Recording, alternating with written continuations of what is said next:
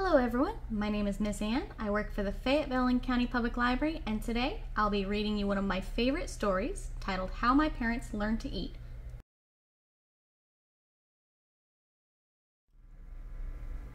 How My Parents Learned to Eat by Ina R. Friedman, illustrated by Alan Say. In our house, some days we eat with chopsticks and some days we eat with knives and forks. For me, it's natural.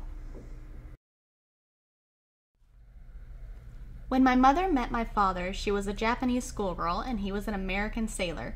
His ship was stationed in Yokohama. Every day, my father, whose name was John, walked in the park with my mother, Aiko. They sat on a bench and talked, but my father was afraid to invite my mother to dinner. If we go to a restaurant, he thought, I'll go hungry because I don't know how to eat with chopsticks, and if I go hungry, I'll act like a bear. Then Aiko won't like me. I'd better not ask her to dinner. My mother wondered why my father never invited her to dinner. Perhaps John is afraid I don't know how to eat with a knife and fork, and I'll look silly, she thought. Maybe it's best if he doesn't invite me to dinner. So they walked and talked and never ate a bowl of rice or a piece of bread together. One day, the captain of my father's ship said, "John, in 3 weeks the ship is leaving Japan." My father was sad. He wanted to marry my mother. How can I ask her to marry me, he thought. I don't even know if we like the same food, and if we don't, we'll go hungry. It's hard to be happy if you're hungry. I'll have to find out what food she likes, and I'll have to learn to eat with chopsticks. So he went to a Japanese restaurant. Everyone sat on cushions around low tables. My father bowed to the waiter. "Please teach me to eat with chopsticks." "Of course," the waiter said, bowing. The waiter brought a bowl of rice and a plate of sukiyaki. Sukiyaki is made of small pieces of meat, vegetables, and tofu. It smelled good. My father wanted to gobble it up. The waiter placed 2 chopsticks between my father's fingers. "Hold the bottom chopstick still. Move the top one to pick up the food," the waiter said. My father tried, but the meat slipped off his chopsticks and fell into his lap.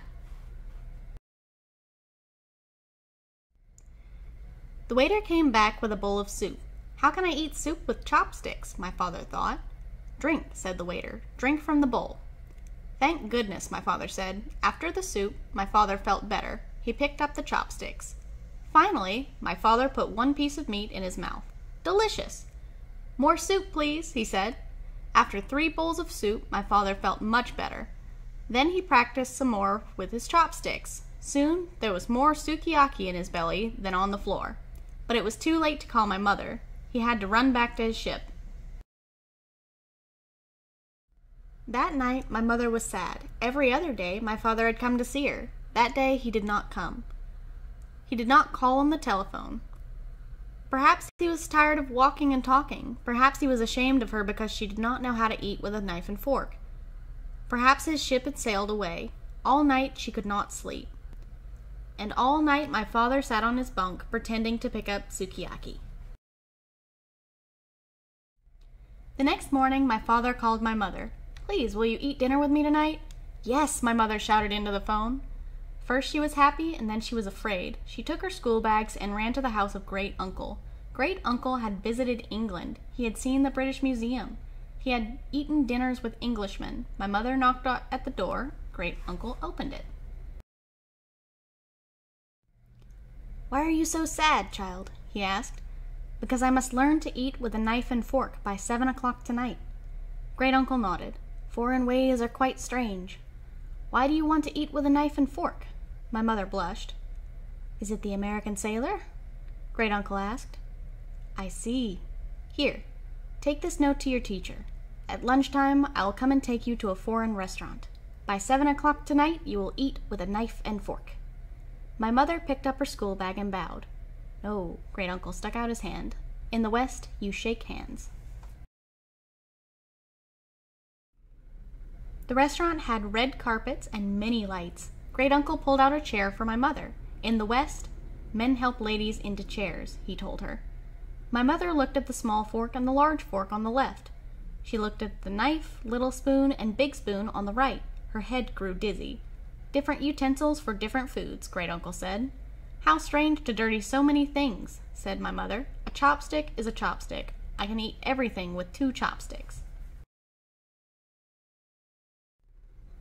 When the waiter brought the soup, Great Uncle pointed to a large spoon.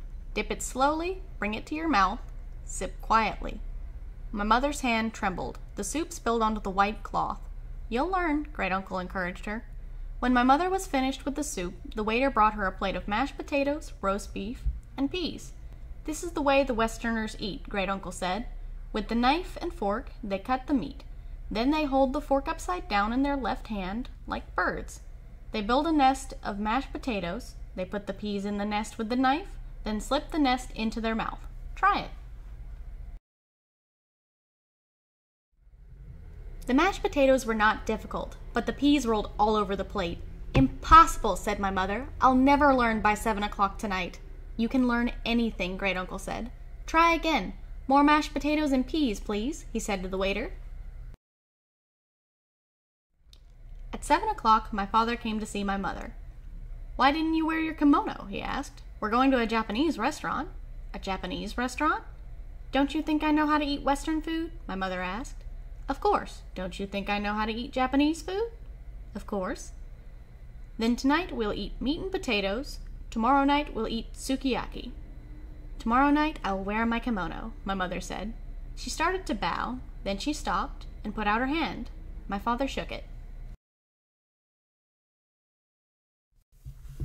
My father ordered 2 plates of mashed potatoes, roast beef, and peas. He watched my mother cut the meat into pieces. He stared when she turned over her fork and made a bird's nest. He was amazed. "You're very clever with a knife and fork," he said. "Thank you," said my mother. "You must teach me," father said. "That's a new way of eating peas." "Teach you?" "Yes, Americans don't eat that way." He slid his fork under some peas and put them into his mouth. My mother stared at him. "But Great Uncle taught me. He lived in England. He knows the ways of the West." My father began to laugh. "He taught you to eat like an Englishman. Americans eat differently." "Oh dear," my mother said. "A chopstick is a chopstick. Everyone uses them in the same way. Yes, when we're married, we'll eat only with chopsticks." He took her hand. "Married? If I marry you, I want to eat like an American. I'll teach you to eat with a knife and fork, and you teach me to use chopsticks." My mother shook my father's hand. My father bowed. That's why at our house, some days we eat with chopsticks, and some days we eat with knives and forks.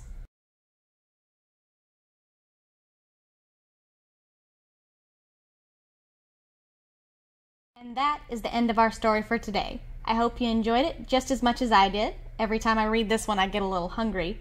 Oh, and before I go, can any of you use chopsticks? Let us know down in the comments below. Thanks for listening, and have a great day.